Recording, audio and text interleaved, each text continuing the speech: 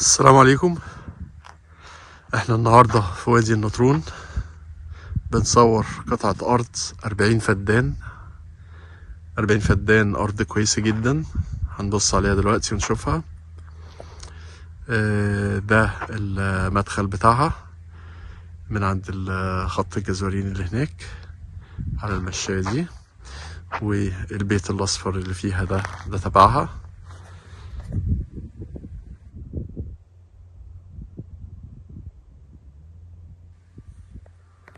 أرض 40 فدان، دول أول 10 فدادين فيها لحد خط الجزورين. ده مربع كده، 10 فدادين فاضيين، كانوا مزرعين طماطم وكنتالوب ودلوقتي مش مزروعين. فيها الخط الرئيسي بتاعها كله كامل.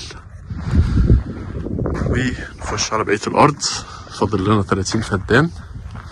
أنا قلت ابتدي من الفاضي وبعدين أخش في المليان واحدة واحدة.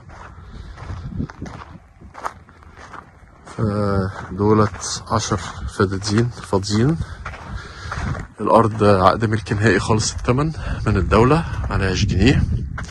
والتربة زي ما احنا شايفين تربة حمراء، أحلى تربة في الأراضي الصحراوية اللي هي بتحتفظ بالمية، تقلل ساعات الري، غير الأرض الرملة الحرشة اللي هي بتروي مفيش نص ساعة، بتبقى الأرض كأنها ما رويتش حاجة، المية بتبقى نزلت كلها.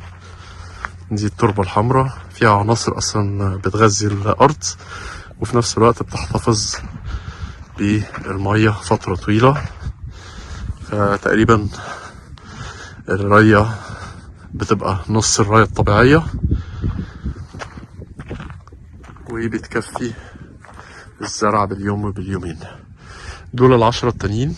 كده احنا صورنا 10 الفاضيين ودخلنا في 10 اللي مزروعين. دي مزروعة 4 فدادين منهم مانجا كيت. عمر الشجر 5 سنين، وفي 3 سنين، وفي 2 سنين. الأرض كانت مزروعة كلها محاصيل في وسط شجر المانجا. وهنا نص 10 فدادين فاضيين برضو كانوا محاصيل.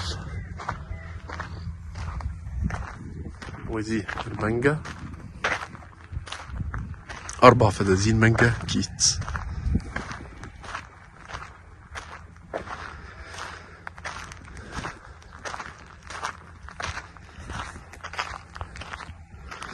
الأرض متهملة طبعا باين عليها، وشجر المانجا متهمل.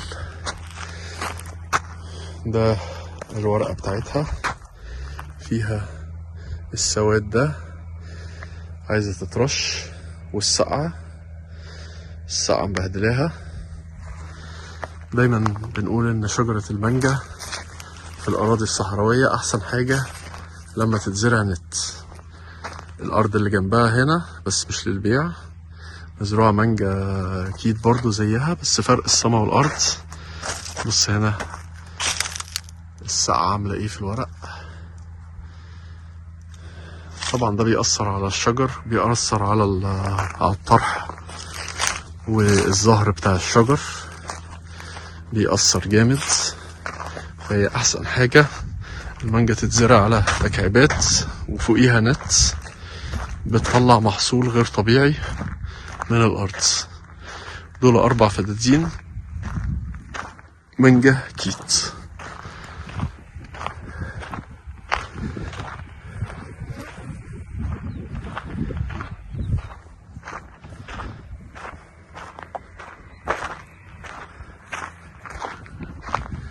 دول الجزء التاني 10 فدادين، نصهم فاضيين ونصهم، هو المفروض دول 5 بس احنا بنقول 4 عشان فيهم فراغات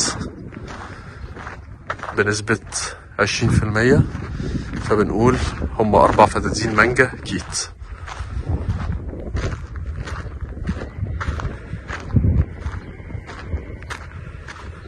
الأرض ممتازة والمية ممتازة،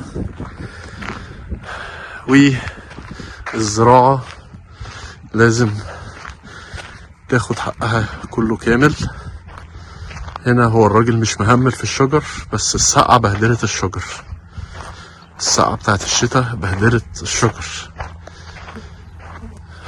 فلازم كان يا اما يعمل اوبتمايزر ويشغله على الشجر علشان السقعة ما تبهدلش الشجر كده، يا اما يعمل تكعيبات ويعمل نت على الشجر ما يتأثرش خالص بالصقيع بتاع الشتاء. ده الصح، ده اللي المفروض كان يعمله. بس ده المنظر بتاعها. احنا كده في اخر ال10 فدادين.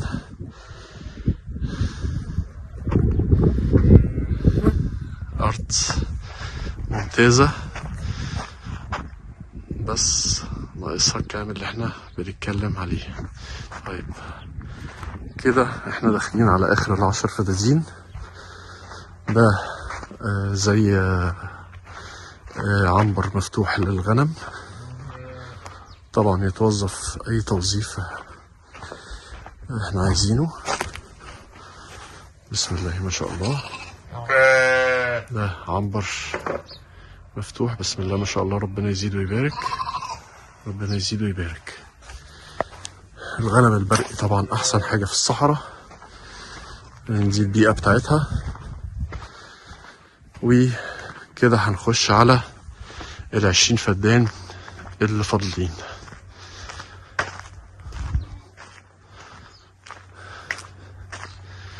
هنا في 5 منجكيت برضو. ده هنا بداية ال20 فدان التانيين. ده ليمون بلدي خلينا نجيبها. يبقى قلنا ده عنبر للغنم، ودي استراحة كبيرة وفيها مكان مفتوح نبص عليه برضو.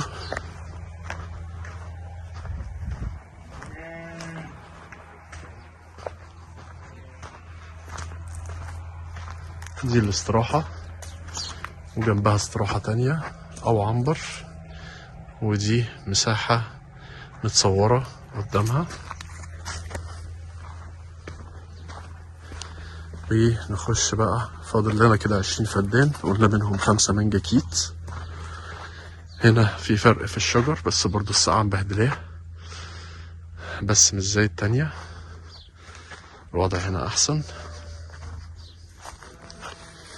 الوضع هنا احسن.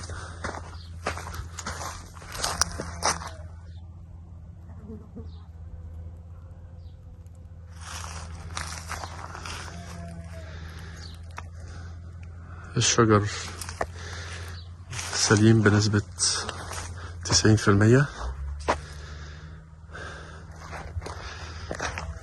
ده بالنسبة للسقعة مش مبهدلة زي التاني، فهو تقريبا هنا شغال بالاوبتمايزر.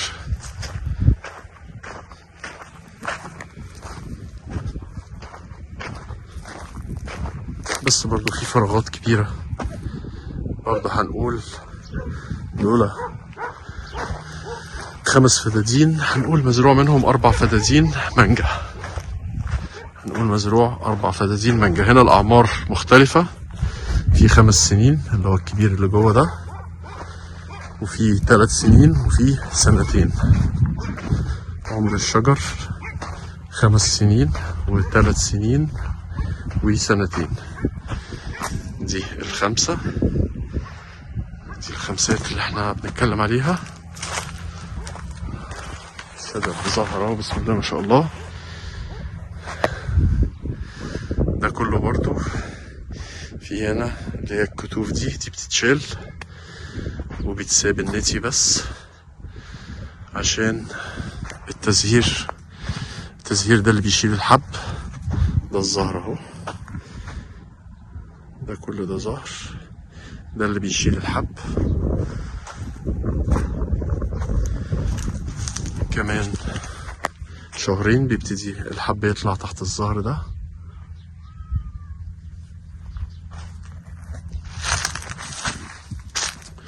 برضو الصقيع هنا مبهدل الورق. في اهمال او شغل عايز يتعمل مع الشجر ده، لكن في المجمل الشجر كويس، حالته كويسة، لكن بالنسبة للموسم بتاعه ده هيأثر على الانتاجية بتاعته في الموسم اللي بيبتدي ده. احنا دلوقتي في اخر شهر 2، فالمحصول بتاعه هيتأثر السنة دي. ده الليمون البلدي، ده عمر 3 سنين. دي بشاير على فكرة. بسم الله ما شاء الله، بسم الله ما شاء الله. ده الليمون البلدي برضو. هنمشي عشوائي في الشجر، ناخدهم بالترتيب ورا بعض. ده ليمون بلدي.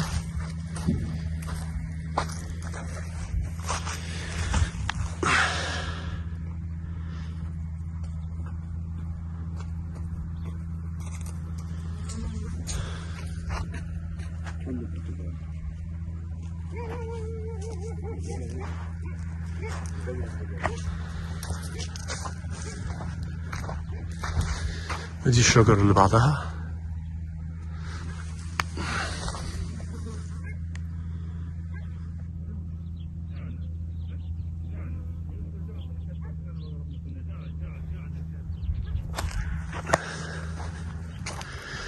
ده شجر طبعا الليمون من الشجر الشديد اللي بيستحمل، فهو بسم الله ما شاء الله ماشي كويس جدا. هنا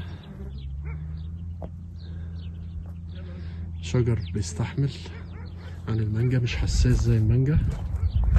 والشجر كله زي بعضه. انا بحاول اخد بالترتيب ورا بعض عشان يبان، متبقاش شجرة وشجرة. فانا ببين الانتاجية بتاعته كلها.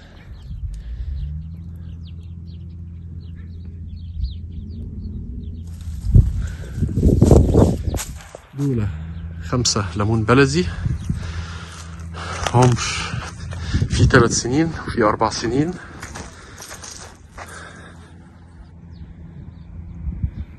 بسم الله ما شاء الله. الشجر كله نفس المقاسة اللي احنا اتفرجنا عليها. ويتبقى لنا 10 فدادين. الارض دي ارض حلوة جدا، وفرصة لأي حد جد فعلا انه بيشتري، لان سعرها فوق الممتاز. مش هقول مش موجود هنا في يعني في المنطقة دي، محدش بيبيع بالسعر ده، بس السعر ده فوق الممتاز، فوق الممتاز بمعنى الكلمة. دول 40 فدان، في 10 فاضيين صورناهم في اول فيديو، وال10 التانيين فيهم 4 مانجا كيت متبهدلين بالسقعة، لكن الشجر حالته ممتازة. اذا كانوا اتبهدلوا هتبهدلوا في محصول الصيف اللي جاي ده، لكن اللي هياخدهم واشتغل عليهم كويس ياكل منهم الشهد الموسم اللي بعده. شجر واقف على رجليه، متربي بقاله 5 سنين، وفي 3 سنين وفي 2 سنين. ده كله وقت واستثمار، فلوس كتيرة بتدفع في السنين دي. ده شجر واقف على رجليه وبالانتاجية بتاعته. فكل اللي هيحصل ان هو الموسم ده بس الانتاج بتاعه مش هيبقى قد كده عشان السقعة، لكن لو اشتغل صح ياخد منه كويس جدا السنة الجاية. دول ال5 فدادين المانجا التانيين، ودولت حالهم احسن بكتير من ال4 اللي قبلهم، ومحصولهم يعني هيبقى بنسبة 70% السنة دي. لكن زي ما قلنا اللي ياخدهم ويشتغل عليهم هياخد منهم كويس. تربة زي ما احنا شايفين، تربة حمراء، تربة الارض كلها تربة حمراء. ده المشايات بتاعتها. الزلط ده مش من الارض، ده متجمع كده. تقريبا كانت نقلة زلط عشان بيعمل حاجة في البناية، فده تجميع على الطريق، لكن مش تبع الارض. نخش بقى على 10 فدادين الاخرانيين، كلهم برتقان صيفي. والبرتقان برضو زي الليمون، شجر عافية بتستحمل البرد، تستحمل السقعة، ما تتأثرش فيها زي المانجا. فالشجر هنا عمره 4 سنين، 3 سنين و4 سنين. وده برتقان صيفي، دي البشاير بتاعته، دي بشاير. السنة الجاية إنتاج على طول، السنة الجاية بينتج. والمفروض السمر ده يوقعوه. هو واضح إن صاحبها بيبيع ومش خلاص يعني ما بيصرفش عليها، لأن الشجر ده المفروض كله، الحب ده كله يتوقع علشان ما يعجزش الشجرة، أو الشجرة تنمو أكتر السنة الجاية وتجيب إنتاجية أكبر. بس هو طبعا صاحب الأرض يوم ما بيقول أنا ببيع، خلاص بيشيل إيده من الأرض، بيشيل إيده من الري، بيشيل إيده من التكاليف كلها بتاعت الشجر، وما بيهتمش غير إن هو يبيع. خلاص بالنسبة له هو مش عايز يجيب أحسن محصول، خلاص واخد قرار البيع. أرض ممتازة بمعنى الكلمة، على الطبيعة الدنيا هتبقى أحسن بكتير. يعني الكلام هيبقى مفهوم أكتر بكتير على الطبيعة، لأن الأرض موقعها مميز جدا وإمكانياتها إمكانيات محترمة، والأرض ملك نهائي خالص التمن، وسعرها ممتاز بمعنى الكلمة، سعر ممتاز. والشجر ده كله على الطرح السنة الجاية. فهي المزرعة في المجمل نصها منتج ونصها فاضي مش مزروع، هو عايز يتزرع لسه من جديد. احنا كده خلصنا. ده ال5 التانيين، 5 برتقان صيفي.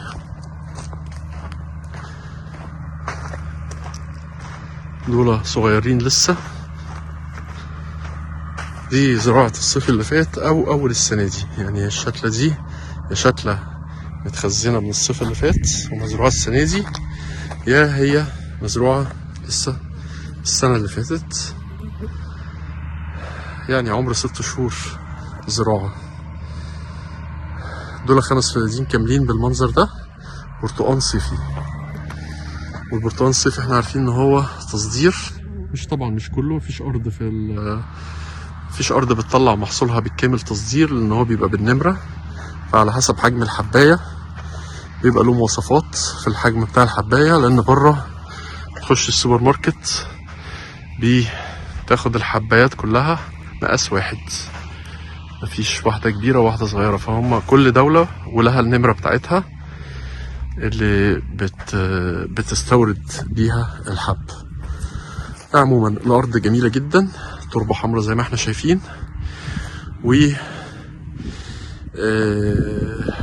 نسردهم كلهم، 10 في الأول فاضيين، ال10 التانيين فيهم 4 مانجا كيت، وبقية الأرض فاضية، وفيهم عنبر غنم محترم، وفيهم استراحة ريفي بسيطة، وجنبها يا اما استراحة زيها يا اما عنبر. انا يعني عديت عليها بسرعة ما بصيتش. وال20 فدان التانيين 5 مانجا كيت و5 ليمون بلدي منتجين، و5 برتقان صيفي منتج، و5 لسه عمر شهور، الشتلة عمرها عمر شهور. السلام عليكم.